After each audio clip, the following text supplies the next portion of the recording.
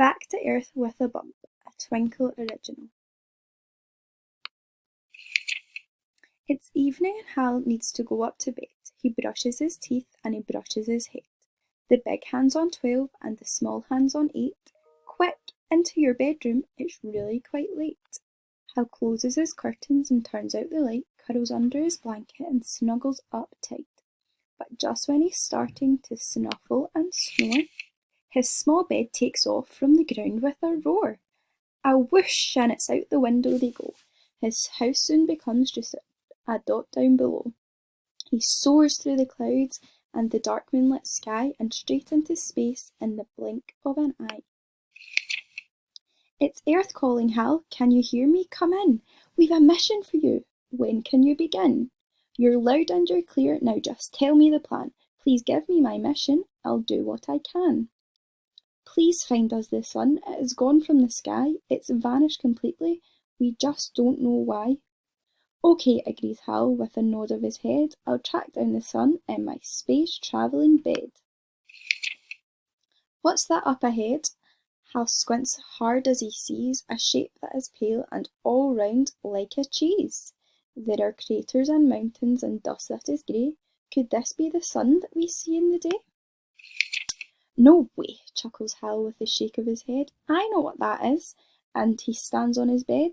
There's just no mistaking, that sphere is the moon. I see it each night from my bed in my room. We must find the sun, Hal commands with a jump, before we go straight back to Earth with a bump. I must not give up, it's important to try. I'll keep up my quest for the sun in the sky. What's that up ahead? Hal jumps as he spies some bright twinkling shapes far ahead in the sky. They sparkle and dazzle, they glow with white light. Could this be the sun that we lost in the night? Oh no, giggles Hal with a wink of his eye. I know those small diamonds high up in the sky. Those beautiful twinkling space dots are stars. I'm perfectly certain that that's what they are. We must find the sun, Hal commands with a jump, before we go straight back to Earth with a bump. I must keep on trying, although it is hard. I've done well already to find all these stars.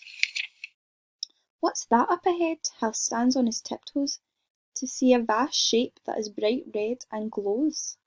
There are mountains and valleys and deserts so dry. Could this be the sun that has gone from the sky? It can't be, says Hal as he scratches his head. I know what that is. It's so round and red. It's perfectly clear that this planet is Mars. I've heard it's the planet that's found next to ours. We must find the sun, Hal commands with a jump, before we go straight back to Earth with a bump. This mission is hard, it's a difficult test, but if I have tried, then I have given my best. Hal looks back at Earth, and then what does he see? The planet is moving. It's turning around. It must be rotating without any sound. Hal zooms round to find where his bedroom is gone, and what does he find? He discovers the sun.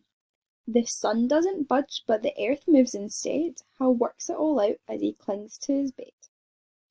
When night comes, we see the bright moon in the sky, but in the daytime, the sun is the thing that we spy. I knew I could do it if only I tried. Hal smiles with delight as he looks at the sky. I did not give up and I did not give in, and I found the sun, Hal shouts with a grin. The mystery is solved, now his mission's complete. Hal's suddenly tired and in need of some sleep. He soars to his own country, his town, then his street, and straight through the window, head first, then feet.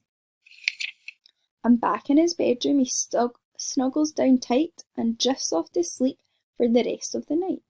As the sun starts to rise, Hal wakes up with a jump and finally comes back to Earth with a bump.